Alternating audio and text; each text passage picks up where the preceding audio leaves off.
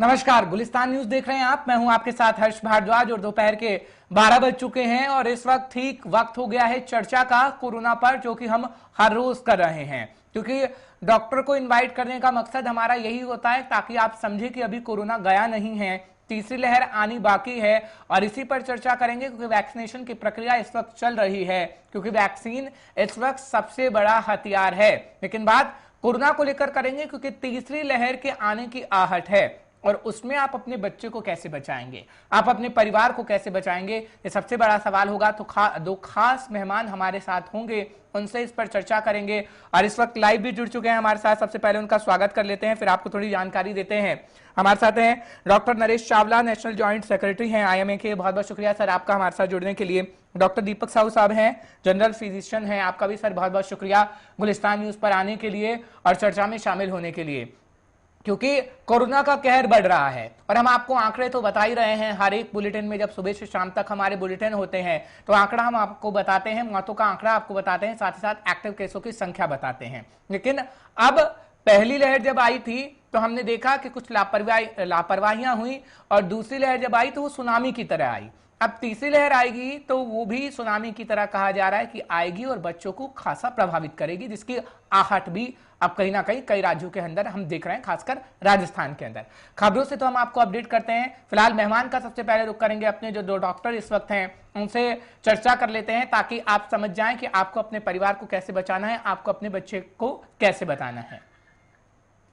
सबसे पहले नरेश जी आपके पास ही आ रहा हूं, क्योंकि जिस तरीके से हम ये कह रहे हैं कि तीसरी लहर आने वाली है, लेकिन तीसरी लहर जब आएगी तो हम अपने बच्चे को कैसे बचाएंगे, क्योंकि अस्पतालों का जब जायजा लेते हैं, हमारे संवाददाता पहुंचते हैं तो अभी व्यवस्थाएं की जा रही हैं और कोई तारीख तो तय है नहीं कि तीसरी लहर इस तारीख को आएगी या इस महीने में आएगी। लेकिन हम कैसे बचाएं अपने परिवार को, अपने बच्चों को, क्योंकि बच्चे वैक्सीनेट नहीं होते। अभी माँ बाप को भी वैक्सीनेट करना है, अभी धीरे धीरे वैक्सीनेशन की प्रक्रिया चल रही है। ऐसे में बचाव कैसे होगा, ये सबसे पहले मेरा सवाल आपसे डॉक्टर नरेश।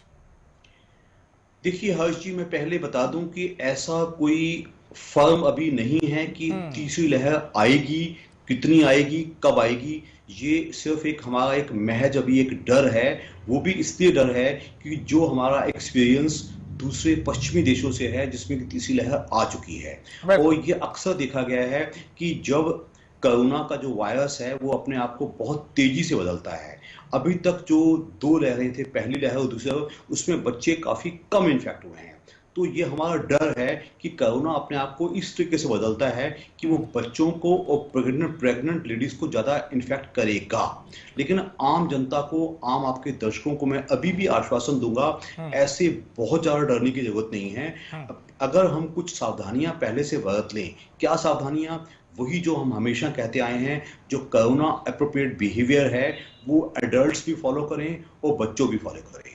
वही 5 बातें: अपने घर से फालतू मत निकलना, सोशल डिस्टेंसिंग रखना, अपने हाथ को सैनिटाइज करना या साबुन और पानी से धोना, और सबसे इंपॉर्टेंट किसी भीड़ में मत जाना, और लास्ट सबसे इंपॉर्टेंट अपनी इम्यूनिटी का ख्याल रखने के लिए अपने आप को एक न्यूट्रिशियस बैलेंस डाइट देना, जंक फूड वगैरह ना खाना। अगर हम ये 5 बातें फॉलो करते हैं तो चाहे तीसरी लहर आती रहे चाहे चौथी लहर आती रहे, हम इतना इफेक्ट नहीं होंगे। दूसरा जो आपने भी जिक्र किया कि चूंकि बच्चों का वैक्सीनेशन अभी 18 साल से कम का वैक्सीनेशन अभी नहीं हुआ है, तो मेरे हिसाब से देश की सरकार से भी मेरा आग्रह है, वो आम जनता से भी आग्रह है कि वो जितनी जल्दी हो सके अपना कोरोना का वैक्सीनेशन, जो वैक्सीन कोई फर्क करने की होती है, चाहे कोविशील्ड हो चाहे कोवैक्सीन हो, तो अब तो भगवान की दया से स्पुतनिक भी आने वाली है और 2 और वैक्सीन की उम्मीद की जा रही है, तो जो मेरे हिसाब से पिकअप करेगा। तो मेरे विचार में अगर हम इन 2 बातों का ख्याल रखें, एक सोशल वैक्सीन जिसको कि कोरोना एप्रोप्रिएट बिहेवियर कहा जाता है, और दूसरा अपना वैक्सीनेशन, अगर हम ऐसा करें तो जो भय की जिंदगी जो देश की जनता थोड़ा जी रही है कि वो ये लहर सितंबर में आएगी या अक्टूबर में आएगी या दिसंबर में आएगी या नहीं आएगी, तो लेकिन मैं एक बात दावे से कह सकता हूं कि इस लहर को हम वीकन कर सकते हैं, कमजोर कर सकते हैं अपने प्रॉपर बिहेवियर से। अगर हम ऐसा करेंगे तो या तो लहर बहुत कम आएगी या आएगी नहीं। ऐसी हमें उम्मीद भी करनी चाहिए और कोशिश भी करनी चाहिए। ठीक है डॉक्टर दीपक साहू, आपका बहुत बहुत शुक्रिया, आप हमारे साथ जुड़ चुके हैं। मैं आपके पास आ रहा हूं, लेकिन उससे पहले डॉक्टर नरेश आपसे ही एक सवाल लूंगा। जिस तरीके से आपने बच्चों का जिक्र किया है, लेकिन अगर हम 2 महीने के बच्चों का जिक्र करें, 3 महीने के बच्चों का जिक्र करें, क्योंकि कहीं ना कहीं हम देख रहे हैं कोरोना संक्रमण उन्हें भी हो रहा है, लेकिन अगर कोई अडल्ट है और कोई 44 साल का व्यक्ति 18 साल से ऊपर का है, या फिर हम 12-13 वर्ष के बच्चों को देखते हैं, तो ये है कि हमें हल्दी वाला दूध पीना है, हमें काढ़ा पीना है। लेकिन वो जो छोटे छोटे बच्चे हैं वो तो माँ के दूध पर निर्भर रहते हैं, या फिर बाहर का दूध होता है उसका कहीं ना कहीं सेवन करते हैं। लेकिन वो कैसे हल्दी वाला दूध पिए, वो कैसे काढ़े का इस्तेमाल करें, क्योंकि बचना तो उन्हें भी है। तो उनके लिए क्या होना चाहिए? देखिए, बच्चों को मैं 3 कैटेगरीज में डिवाइड करूंगा। एक बच्चे वो जिनको कि हम इन्फेंट्स कहते हैं, जो 1 साल से कम के होते हैं। उनका सबसे बड़ा बचाव तो एक ही है कि उनको ब्रेस्ट फीडिंग यानी कि माँ का दूध दिया जाए। और जो 1 साल से 5 साल तक बच्चे हैं, वो भी एक स्पेशल कैटेगरी है। उनके लिए हम इतना ही कहेंगे कि उनकी माँ उनको जंक फूड ना खिलाए, उनको सिंपल जो कि अच्छा वीनिंग फूड्स होते हैं, जिसमें कि दाल, सब्जी, दलिया, खिचड़ी ऐसी चीजें आती हैं, वो दी जाएं, उससे उनका बचाव होगा। जहां तक आपने बात की उनको कोई काढ़ा मिलना चाहिए, तो इसकी हमारे हिसाब से छोटे बच्चे को ऐसी कोई हल्दी वगैरह की कोई ऐसी जरूरत नहीं है, वो सिंपल मील से ठीक हो सकते हैं। जो 5 साल से बड़े बच्चे हैं, 5 साल से लेके 12-14 साल के बच्चे हैं, उनको हम पर से बड़े बच्चों की तरह ट्रीट करते हैं। उनको कुछ भी ऐसी चीजें दी जा सकती हैं, उनको स्टीम इनहेलेशन दिया जा सकता है। और जहां तक काढ़ा और ये की चीजें हैं, हम उसके लिए हम इतना ही कहेंगे कि इनका जितना मतलब कि जुडिशियस इस्तेमाल किया जाए उतना ज्यादा बेहतर रहेगा। और ज्यादा महत्व हमेशा एक बैलेंस फूड, जिसमें कि प्रोटीन भी हो, जिसमें कि दालें भी हो, हरी सब्जी भी हो, फल भी हो, दूध भी हो, दही हो, इसका महत्व बहुत ज्यादा है। ये चीजें जो हम बार बार बात करते हैं इम्यूनिटी बढ़ाने की, तो इन चीजों से हमारी इम्यूनिटी बढ़ती है। प्लस हमेशा थोड़ा सा फिटनेस पे ध्यान दिया जाए और अननेसेसरी घर से बाहर ना निकला जाए। चलिए सर, मैं आ रहा हूं आपके पास, दोबारा लौट रहा हूं डॉक्टर दीपक साहू। अब मेरा सवाल आपसे ये रहेगा, क्योंकि अभी इम्यून पावर का हमने जिक्र किया, बच्चों को लेकर खासकर हम चर्चा कर रहे हैं, क्योंकि तीसरी लहर आनी है। कब आनी है कोई पता नहीं, कोई तारीख नहीं, कुछ नहीं। लेकिन अस्पतालों को में ऐसी क्या व्यवस्था की जाए, क्योंकि जब अस्पतालों का हमारे संवाददाता रुख कर रहे हैं, तो उसमें अभी कहा जा रहा है कि बच्चों का ध्यान भटकाने के लिए वहां पर खिलौने भी लगाए जा रहे हैं, और जो पेरेंट्स होंगे वो उनके रुकने के लिए या तो माँ रुक सकेगी या पिता रुक सकेंगे, ऐसी व्यवस्थाएं की जा रही हैं। और क्या व्यवस्था अस्पताल के अंदर बच्चों के लिए खासकर होनी चाहिए, क्योंकि डॉक्टर नरेश सर आप तो ये कह रहे हैं कि घर के अंदर कैसे बचाव किया जा सकता है, इम्यून पावर कैसे बढ़ाई जा सकती है, लेकिन अस्पताल के अंदर क्या प्रबंध होने चाहिए? दीपक साहू साहब, देखिए, सबसे पहले अगर हम बात करें कि 3rd लहर का हम जिक्र करते हैं, पहले हम बात कर ले 2nd लहर में ही। तो 2nd लहर में तो स्टडी में ऐसा देखा गया कि बच्चे जो इन्फेक्टेड हुए थे, तो बहुत ही कम जो है सीवियरिटी बच्चों को देखने को मिली। कि ऐसा नहीं कि बच्चों को हॉस्पिटल ले जाना पड़ा, बहुत ही कम 1% की बात हम करेंगे कि वो हॉस्पिटल की तरफ गए। अगर अब बात करें कि 3rd लहर आएगी तो बच्चे इन्फेक्टेड होंगे, तो उसके अंदर हॉस्पिटल में क्या क्या तैयारी होनी चाहिए? वैसे तो आएगी नहीं, बट अगर मान ले आ भी जाती है तो उसमें करना क्या है? हॉस्पिटल के अंदर सबसे पहले तो ऑक्सीजन का पूरा इंतजाम होना चाहिए, क्योंकि जो 2nd वेव में रही वो ऑक्सीजन की सबसे ज्यादा उसमें किल्लत थी, तो ऑक्सीजन का प्रावधान हो, और साथ में सारी मेडिसिन उपलब्ध वहां पर होनी चाहिए, और NICU होने चाहिए, जो वेंटिलेटर हैं बच्चों के लिए उनकी सुविधा वहां पर हो। और साथ में ये कहना मैं चाहूंगा, जो भी सुविधाएं हैं, मेन वहां पे ऑक्सीजन है उसका प्रावधान हो, लेकिन इन चीजों से भी बचने के लिए ऐसा रहा जाए कि ये चीज आए ना, सबसे पहले मैं गवर्नमेंट से अनुरोध ये करना चाहूंगा कि बच्चों के लिए वैक्सीनेशन का प्रोग्राम स्टार्ट किया जाए, कि जो भी अगर कोई लहर आती है तो उसमें सारे बच्चे सेफ रहें। और मैं माता पिता जो उनके पेरेंट्स हैं उनको ये गाइड करना चाहूंगा कि वो बच्चों को सोशल डिस्टेंसिंग और मास्क के बारे में बताएं, साथ में उन्हें ऐसी डाइट दें जो कि इम्यूनिटी को इंक्रीज करे। ओवरऑल तीसरी बात अगर हम देखा जाए तो उनको ये दिखाना है और समझाना है कि कोविड क्या है, कैसे इससे बच सकते हैं। और एक थिंकिंग ये भी आ जाती है कि बच्चे जो है, और छोटे बच्चे की बात करें तो वो मास्क का, सोशल डिस्टेंसिंग को फॉलो ये चीज नहीं समझ पाते, तो उनको जो है मदर उनके साथ रहे, और उनको जो डाइट है, मिल्क है, वो हल्दी वाला दूध है, इस तरह से उन्हें बचाया जाए। तीसरी और बात करें हम स्कूलिंग को लेकर, आजकल बच्चे जो है वर्चुअल स्टडी कर रहे हैं, ऑनलाइन स्टडी की जा रही है, ये भी एक वो अब उस इन समय में मान लो स्कूल खोल दिए जाए तो काफी केस देखने को मिल सकते, तो स्कूल अभी ना खोले जाए और वर्चुअल स्टडी की जाए, वैक्सीनेशन प्रोग्राम लाया जाए जिससे बच्चे को वैक्सीनेशन लग सके साथ में। और हॉस्पिटल जो है वो तैयारी कर ही रहे हैं, सब हॉस्पिटल में तैयारी है थर्ड वेव को लेकर, और बच्चों के लिए जो भी एनआईसी वेंटिलेटर है उपलब्ध है। ऑक्सीजन का भी अरेंजमेंट दिल्ली में तो हो गया है, बाकी अदर स्टेट में भी इसकी तैयारी पूरी है। ठीक है डॉक्टर नरेश, मैं आपके पास आ रहा हूं क्योंकि अब कई तरह के सिम्टम हम देख रहे हैं, क्योंकि ब्लैक फंगस का तो हम लगातार जिक्र कर ही रहे हैं कि ब्लैक फंगस किस तरीके से कोरोना की चपेट में जो आया उससे ब्लैक फंगस का खतरा ज्यादा है, लेकिन मल्टीपल बीमारियां हम देख रहे हैं कि एक बीमारी है, दूसरी बीमारी है, तीसरी बीमारी है, चौथी बीमारी है, क्योंकि कहीं कहीं इंसान के शरीर में चकत्ते निकल रहे हैं, कहीं मुंह पे छाले हो रहे हैं, कई ऐसी बीमारियां हैं जो ये कह रहे हैं कि हाँ कोरोना संक्रमण के शिकार आप हो चुके हैं। तो अब क्या जिस तरीके से कोरोना में बदलाव हो रहा है, आगे क्या हम और बदलाव देखेंगे जब हम शरीर में देखेंगे कि हाँ हमें ये सिम्टम नजर आ रहे हैं, तो समझ पाए कि ये कोरोना ही है?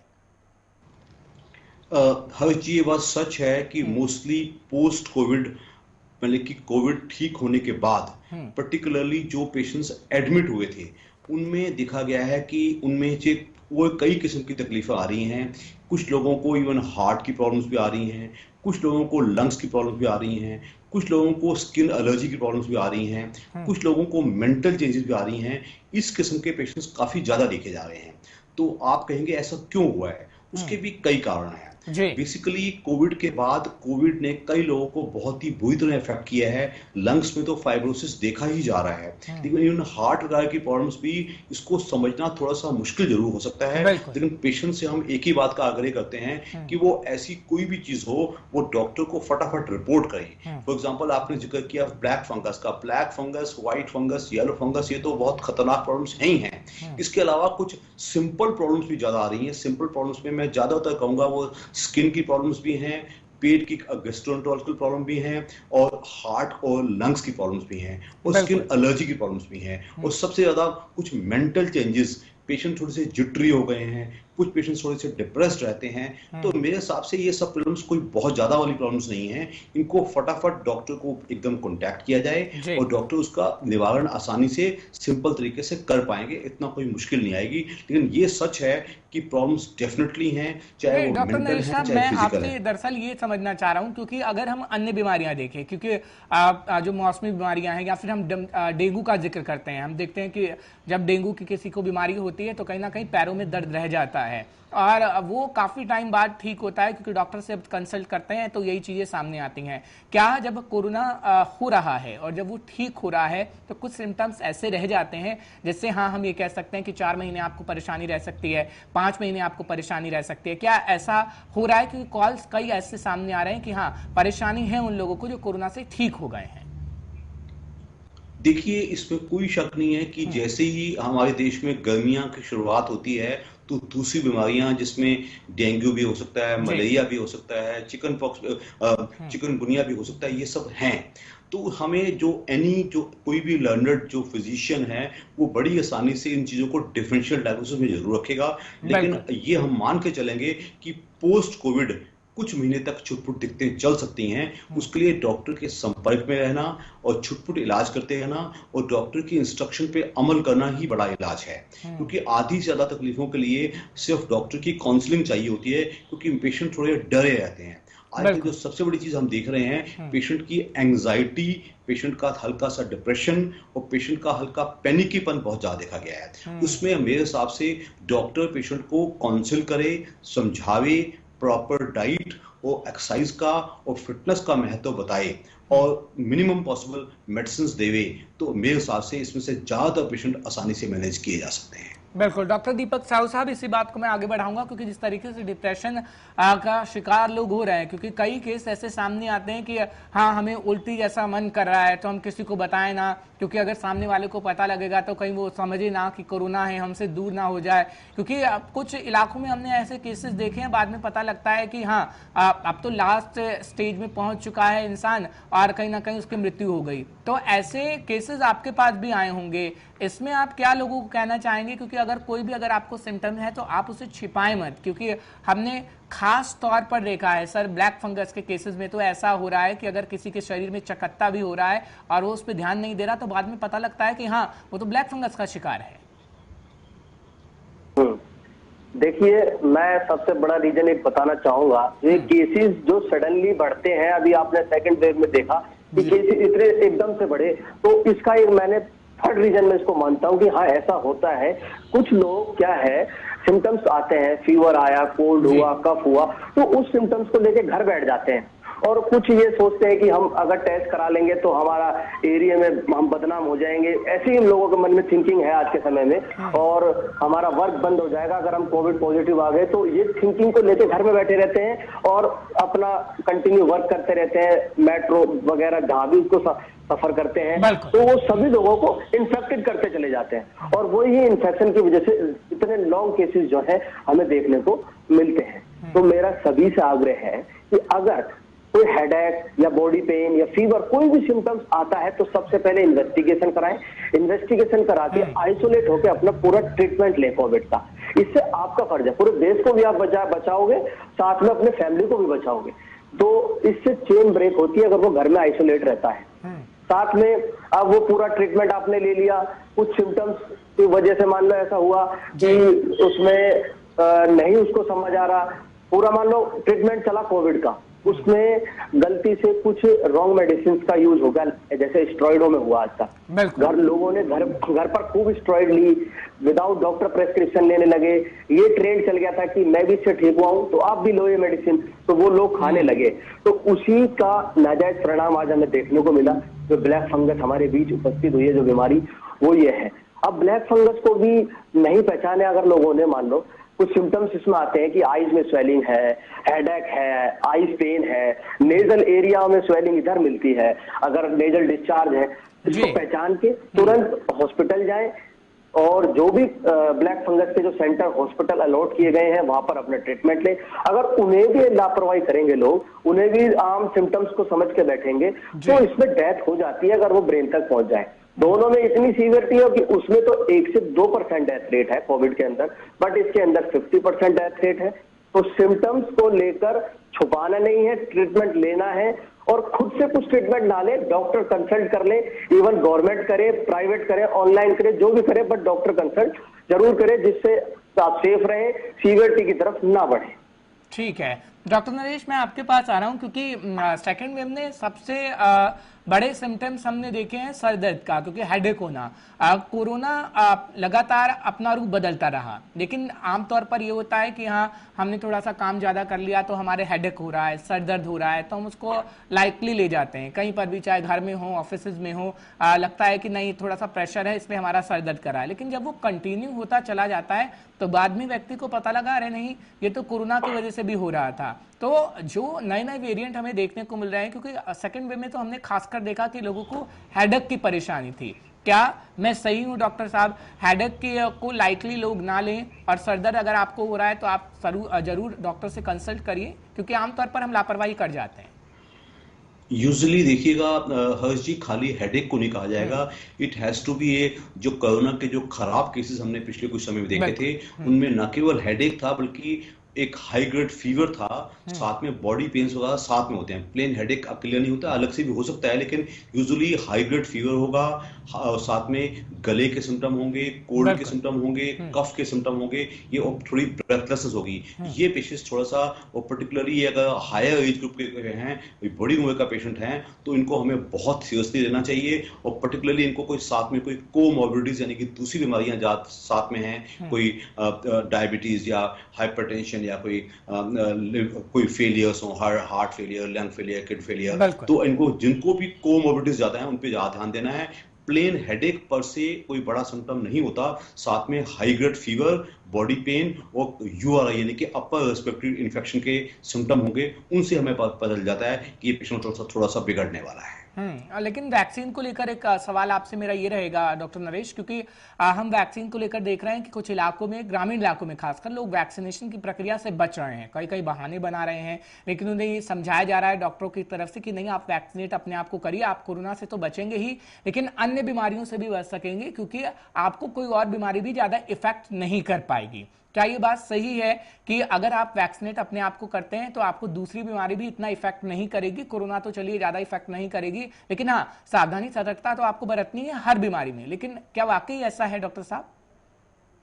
इसमें कोई शक नहीं है कि आज आपके चैनल के माध्यम से मैं आम लोगों को अभी भी इत्तला करूंगा जो थोड़ा सा पता चला है कुछ खास बेल्ट्स में और लोगों ने मतलब यूपी में देखा गया है कि लोगों ने भागना शुरू कर दिया, इधर उधर स्विमिंग पूल में घुस गए, ये गलत है। तो थोड़ा सा ये इसके लिए आम लोगों को और जो कम्युनिटी वर्कर्स हैं और जो हेल्थ वर्कर्स हैं और जो वहाँ के डॉक्टर्स हैं और जो इंडियन मेडिकल एसोसिएशन के अगर कोई डॉक्टर्स के मेंबर्स वहाँ हैं तो सबको काउंसिल करना चाहिए। वो आपके चैनल के माध्यम से भी कहेंगे इस इंजेक्शन का ऐसा कोई साइड इफेक्ट नहीं है, और चूंकि टीका जो लगेगा वो एक इंसान के लिए नहीं है। जब हम 60% लोगों को टीका लगा चुके होंगे तो जो हमारे बच्चे हैं जिनके लिए अभी वैक्सीन, अभी 18 साल तक के लोगों के लिए वैक्सीन अभी नहीं बनी है, तो हमारे बच्चे जिसका कि डर हमें आने वाली थर्ड वेव में है, उनसे बचने के लिए हर्ड इम्यूनिटी बहुत जरूरी है। वो हर्ड इम्यूनिटी के लिए बहुत जरूरी है कि हम 60% हमारे देश की जनता को वैक्सीनेट करें सितंबर अक्टूबर तक, तो उसी से हम सारे बच पाएंगे। और जहां तक इस पर्टिकुलर वैक्सीन से तो हम ये नहीं कहेंगे कि दूसरी बीमारियों से बचेंगे, लेकिन जो हम सोशल वैक्सीन है, जो हम कोरोना एप्रोप्रिएट बिहेवियर फॉलो करेंगे, जो हम मास्क वगैरह लगाएंगे, जो हम सोशल डिस्टेंसिंग करेंगे, उससे हम दूसरी कई बीमारियों से बच सकते हैं। तो ये तो एक ऐसे कहा जाएगा ना, एक तो एक पैकेज डील है, एक सोशल वैक्सीन है, एक वैक्सीनेशन है, दोनों से हम और कई बीमारियों से भी बच सकते हैं। तो हमारे हिसाब से जो सफाई का इंतजाम है और जो एक नई लहर हमारे देश में चली है, जो नई जागरूकता हमारे देश में चली है, उससे हम समझते हैं न केवल कोरोना से बाकी काफी अदर जो दूसरी इन्फेक्शियस बीमारियों से है उनसे हम बच पाएंगे। ठीक है दीपक साहू साहब, क्योंकि वैक्सीनेशन का हम इस वक्त जिक्र कर रहे हैं, वैक्सीनेशन की प्रक्रिया चल रही है, लेकिन जो सरकार की तरफ से ये टारगेट फिक्स किया गया है कि नहीं दिसंबर तक हमें सभी को वैक्सीनेट करना होगा, आप तो डॉक्टर हैं, डॉक्टर के लिहाज से आप क्या बता पाएंगे दर्शकों को, क्या वाकई ये पूरा हो जाएगा? क्योंकि 135 करोड़ से ज्यादा की हमारी आबादी है और अभी भी हम देख रहे हैं कि वैक्सीनेशन की प्रक्रिया चल तो रही है, लेकिन कहीं ना कहीं वो धीमी हो गई है पहले से ज्यादा। जब हम आंकड़े देखते हैं सर, जब मैं रिपोर्ट पढ़ता हूँ, क्या आपको लगता है कि वैक्सीनेट तो जल्दी से जल्दी करना होगा, पर क्या वाकई दिसंबर तक हम टारगेट को पूरा कर पाएंगे? दीपक साहू साहब, गवर्नमेंट ने एक एम तो बना लिया कि हम दिसंबर तक कर देंगे, लेकिन ये बहुत बड़ा प्रोसीजर है, इतना आसान नहीं है। ये डिपेंड करता है सीरम इंस्टीट्यूट ऑफ इंडिया जो वैक्सीन बना रही है वो कितने नंबर ऑफ डोजेज जो है प्रिपेयर करती है पर डे, वो उस पर डिपेंडेबल करेगा। अगर वहां पर ऐसा, कई जो हमारे सीएम हैं उन्होंने कहा था कि इसका जो फॉर्मूला है वो अदर कंपनियों को भी दिया जाए जिससे ज्यादा से ज्यादा वैक्सीन बने, बट ये इतना आसान नहीं है, तो अदर कंपनीज को इसको देना इतना सुटेबल भी नहीं है और ना वो बना सकती। तो जो बना रही है कंपनी वो कितनी क्वांटिटी में बना रही है और वो सिर्फ इसी पर डिपेंड करता है। लगाना एक प्रोसीजर बहुत छोटा है कि उसको लगवाने पे तो हर हम जगह जगह सेंटर बना सकते हैं, 1000 की जगह हम 2000 सेंटर बना सकते हैं लगाने के लिए, और जब वो आएंगी हमारे पास तब उसको कैसे लगाना है और कितनी स्पीड से लगाना है, तो वो उस पर डिपेंड करेगा कि कितनी वैक्सीन हमें उपलब्ध हो रही है।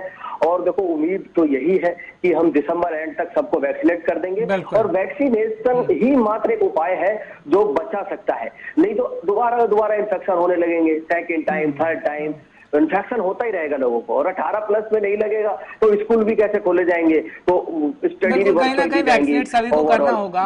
डॉक्टर नरेश, मैं एक रिपोर्ट पढ़ रहा था और उस रिपोर्ट में कहीं ना कहीं लिखा था कि जब आप एक डोज भी लगा लेते हैं तो आप में इम्यून पावर कहीं ना कहीं काफी हो जाता है, पर क्या वाकई एक डोजेस से काम चल सकता है? क्योंकि दूसरी डोज लगने में अभी काफी समय लग रहा है, और कितना बच सकता है इंसान अगर वैक्सीन की सिर्फ एक डोज लगी हो? हाँ, हम ये तो कह रहे हैं कि आपको मास्क लगाना है, सोशल डिस्टेंसिंग का पालन करना है, पर क्या वैक्सीन की अगर एक भी डोज आपको लगी है तो आप कुछ सुरक्षित हुए हैं या फिर नहीं? सिंगल डोज चाहे कोवैक्सीन की चाहे कोविशील्ड की, इससे जो अभी तक हमारे पास आंकड़ा है वो कहता है कि हम 35% से लेके 65% बचते हैं। जब सेकंड डोज लगती है उससे हम अराउंड 71 से 93% तक बचते हैं। तो जो आजकल 2 वैक्सीन का गैप बताया गया है, कोवैक्सीन का 8 हफ्ते का गैप, तो 8 हफ्ते के गैप पे वैक्सीन 2 डोज लगवाई जाए, और कोविशील्ड का 12 से 16 हफ्ते गैप पे लगवाया जाए। तो अभी तो हमें 2 डोज लगवानी ही पड़ेंगी, हम खाली 1 डोज लगवा के छोड़ नहीं सकते। तो जहां तक मुझे पता चला है कि जो हमारा वैक्सीनेशन की जो पॉलिसी है उसको बदला जा रहा है। हाँ, और उम्मीद की जा रही है कि आने वाले कुछ दिनों में हमारे पास वैक्सीन की काफी ज्यादा डोजेज अवेलेबल होंगी। इसके अलावा स्पुतनिक वैक्सीन भी आ रही है, जो हमारी जो एक मॉडर्ना और फाइजर को भी अप्रूव कर दिया गया है, और एक तो वो वैक्सीन भी कोरोना वैक भी अलाउ की जा रही है, वैक्सोवैक भी अप्लाई की जा रही है। तो उम्मीद की जा रही है कि अगले 1, 2, 3 हफ्तों के अंदर अंदर वैक्सीन की सप्लाईज काफी बेहतर होने की उम्मीद है। तो हम समझते हैं, क्योंकि हमारी जो आबादी चाहे 138 करोड़ है, लेकिन जो हमें वैक्सीनेट करनी है वो बच्चों को 18 साल से कम नहीं करना है, तो वो काउंट हमारे हिसाब से अराउंड 90 करोड़ के आसपास है। तो 90 करोड़ के हमें मान के चलना पड़ेगा। तो हम उम्मीद करते हैं अगर हम 85 करोड़ भी कर देते हैं तो उससे हमारे पूरे देश का, एक देश के सब लोगों को एक हर्ड इम्यूनिटी मिलेगी। उससे बच्चे भी बच पाएंगे और सीनियर्स एडल्ट्स भी बच पाएंगे। चलिए, आप दोनों का बहुत बहुत शुक्रिया आने के लिए और समझाने के लिए हमारे दर्शकों की आखिर स्थितियां कैसी और अपने आप को कैसे बच सकते हैं। डॉक्टर दीपक साहू आपका भी और डॉक्टर नरेश आपका भी। तो इसलिए हम डॉक्टर को बुलाते हैं ताकि आप समझ पाएं, और लापरवाही बिल्कुल मत बरतिए, क्योंकि लापरवाही आपने बरती, कितने परिवारों ने अपने सदस्य को खो दिया है और कितने परिवारों में तो कोई सदस्य ही नहीं बचा है। ऐसे हालात हैं देश भर के, जिसका आंकड़ा और तस्वीर हम आपको दिखाते रहते हैं। फिलहाल अपील आपसे यही है कि आप सावधानी बरतिए, सतर्कता बरतिए, अपने परिवार को सुरक्षित रखिए। एक ब्रेक रुक रहे हैं, ब्रेक उस पार गुलिस्तान न्यूज पर खबरों का सिलसिला बरकरार है।